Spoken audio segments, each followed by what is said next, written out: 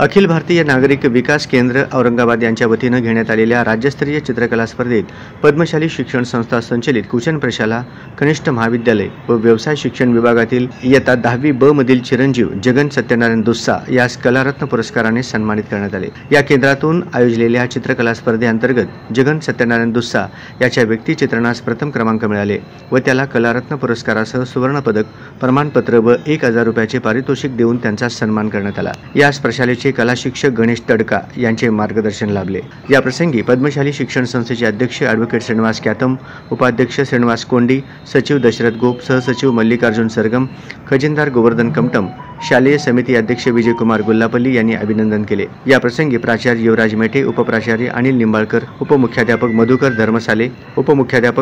धर्मसाले, पर्यवेक्षक दत्तात्रय मिरगू, प्रणिता सामल, मल्लिकार्जुन झोकारे व सर्व शिक्षक व शिक्षकेतर कर्मचारी उपस्थित होते।